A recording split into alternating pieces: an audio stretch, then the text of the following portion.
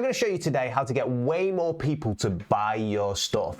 I've consulted for 8 and 9 figure brands and I've added millions of sales onto them using behavioral science principles. And I've actually learned these methods directly from the same experts who advise Google and Microsoft and Disney and all the big brands. And in this video, I'm going to compress years of psychology into a quick whiteboard session. Let's go. Okay, so before we actually start talking about marketing or sales, let's understand some basic human psychology. How do we get a person to do a behavior or an action? What are the key ingredients to get someone to do that? Well, there's actually 3 key ingredients. There is number 1, the person having the ability to do the action. Number 2, it's the person having the motivation to do the action. And then number 3, knowing what to do the action. And this would be called a prompt. This is actually the neatest I've ever written in my life. Okay, so to paint this picture out a little bit more, I'm gonna give something which most people are familiar with. And that is, I want to try and get someone to do the behavior or to adopt the behavior or to do the action of going to the gym, right? This is how all human behavior works. Now, if we look at ability first, what would increase a person's ability to go to the gym? Well, first of all, it might actually be location, okay?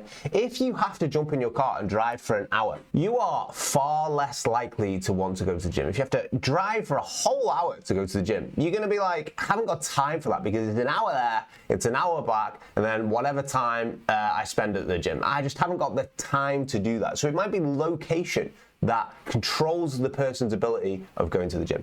Secondly, it might be that the gym is too expensive. So we'll put expensive. If the gym is very reasonably priced or even cheap, a person's ability is reduced right down, the ability they need to actually go to the gym. If it's really expensive though, they might not have that spare cash actually lying around.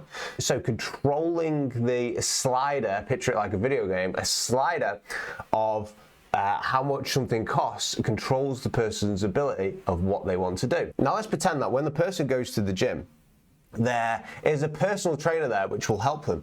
And the personal trainer's workouts are incredibly hard, right? And so when the person goes to the gym, they end up doing workouts which are just too hard for their level. And so the difficulty of it puts the person off from actually going to the gym. Whereas if the personal trainer got them to do things which they were capable of, like tiny workouts or, just working on the form of whatever they're doing or just lifting the bars and things, not actually lifting any weight, that would make it way easier for the person to go.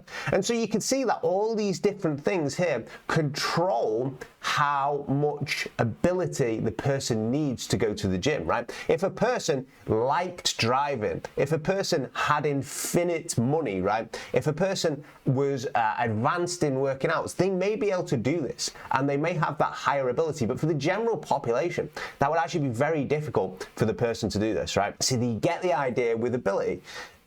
Human behavior is controlled by how much our perceived ability we have that we need to do the task or to do whatever we're going to do. So the next one we're looking at is motivation. If a person has low motivation, they're probably not going to want to go to the gym. If they're highly motivated to get in shape, they probably will want to go to the gym, even if the task is harder or they have less ability to do something. So motivation kind of trumps that one. So the question is, in this situation, what would motivate a person to actually want to go to the gym? Well, I'll tell you what, one of my friends is a personal trainer, and he says that most people come to him when they've had some sort of pain in their life. Either somebody's taken the piss out of how they look, or they've called them weak, or they've called them skinny, or they've had a breakup, right? And so we know that pain, first of all, is actually a really good motivator. And then if we think about, what is the end result they want from the gym? Well, maybe they want to feel more attractive. Maybe they just want to get in shape. Maybe they want the beach body, right? Because they want people to look at them and think, God, they work out. Maybe they want to be seen as disciplined. Well, we can probably fit this under a general category, which is reward, okay?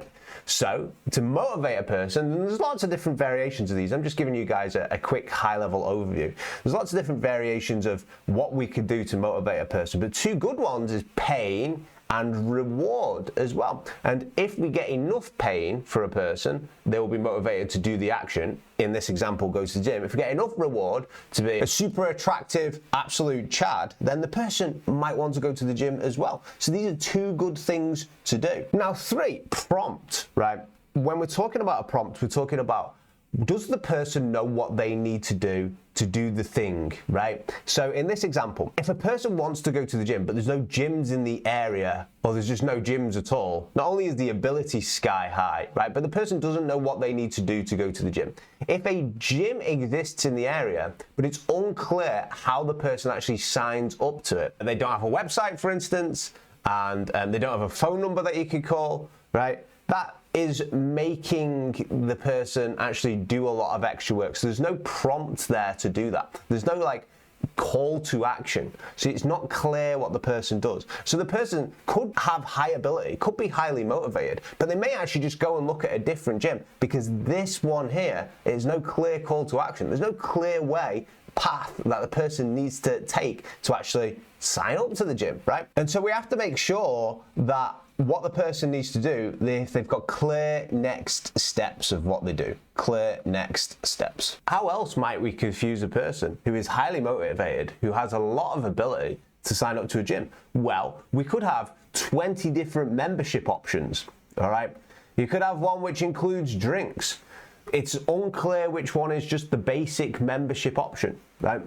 I see businesses make this mistake all the time. They give their customers too many options, which puts them into decision fatigue. They get overloaded cognitively, and as a result, they don't take action, or they go and buy from a competitor instead, which has much simpler options, much more easy to understand. So if you look at it like a scale, right, the people at this end, we have the most people signing up for the gym, and at this end, we have the least people signing up for the gym. How you would attract the least amount of people to attend the gym here? We would make it very, very hard in terms of ability, right?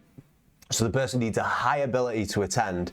We would give them no motivation whatsoever, and we'd make the prompt very unclear. And then right there, we would get the least people. We still get a few, right? But we would get the least amount of people. However, if we were going to get the most amount of people, the general population, what we would do is we would reduce the ability of the person, of what's needed from the person, to basically 0, right? We would give them increased motivation to actually join, and we'd make it very clear what they need to do now that we have the ability and the motivation figured out, right? And right then, we would get the most people to join. And so, world-class brands all have these things figured out. They have a low ability needed to do something. For instance, in the UK, if you're going to get a new mobile phone, you know, the top of the line mobile phone, it might actually be expensive to buy up front straight away. However, if you're going to divide it over a 24-month contract, which is what phones in the UK, phone suppliers in the UK usually do, like Vodafone and that, they will give you a 24-month contract, which makes the payment, it lowers the ability of the payment into manageable chunks each month, right? And they call it just a phone contract. So it's lowering the ability.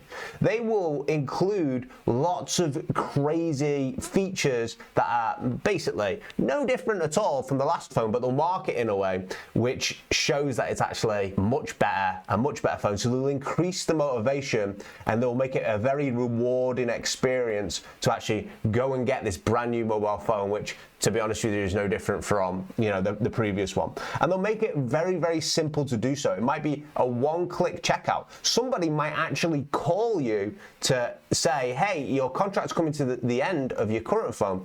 How about you get a new one? Here's all the offers we have. And they'll make it very easy to do, and the prompt will be very clear. You just tell the person what you want, or you just click a button. And so world-class brands who actually make a lot of money have these things already figured out. And so when I go and consult for a business, so many businesses get this wrong. They'll have it like really, really hard for the person to actually make the decision. They'll give too many options for the person. The text and the copy which they'll give alongside it will be so complicated that not even a person who works in the industry will understand the text or the copy straight away. So it's very, very hard to do. They will also make the price ridiculous, right? And they'll target the wrong customers, and so no one from that customer group will be able to buy it. If you target CEOs or executives of a company, they obviously have more money, or you target businesses, they have more money, but they'll target not those people at all. And as a result, they'll be like, why is no one buying my stuff? And they'll make it very, very hard for the person to buy. And they also won't motivate a person appropriately. They won't include things like social proof, showing people what the group does, or they won't include things like authority. And as a result of this, their sales are always terrible. And these are easy fixes, but what is easy often isn't done in the world of marketing, right? Because people don't think about things from a psychological perspective. They think about things from a logical perspective, but humans actually aren't logical at all. And so this is really the key to all human behavior. I'm saying it in a way which sounds like I'm exaggerating, but it's really not. We as humans, actually, we're pretty simple.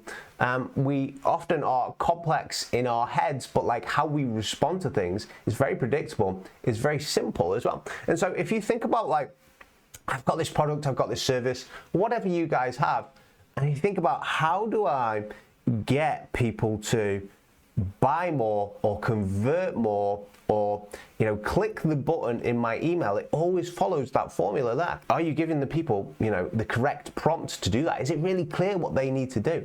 Are you reducing the ability, the barrier to entry for what they need to do the behavior? Are you actually motivating them to do that? Did they have a good reason to click or to buy, or is it solving a problem which they actually have? The more painful the problem, the more likely they are to tick that as well. This is how you motivate yourself when you're sat at your desk trying to do some work. It's how clients are motivated to buy things, or customers or whatnot. It's how you motivate yourself to go to the gym. It's how, if you can think of any type of behavior, right? If you put it through that equation there, people will do the action that you want them to do. And so all human behavior basically goes through that equation there.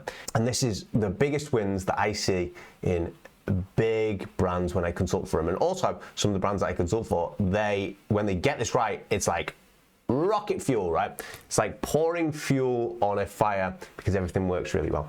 So have a think about that. Think where you can increase a person's ability, you can motivate them a bit more, or you can make it extremely easy to do. Take care, see you in the next one.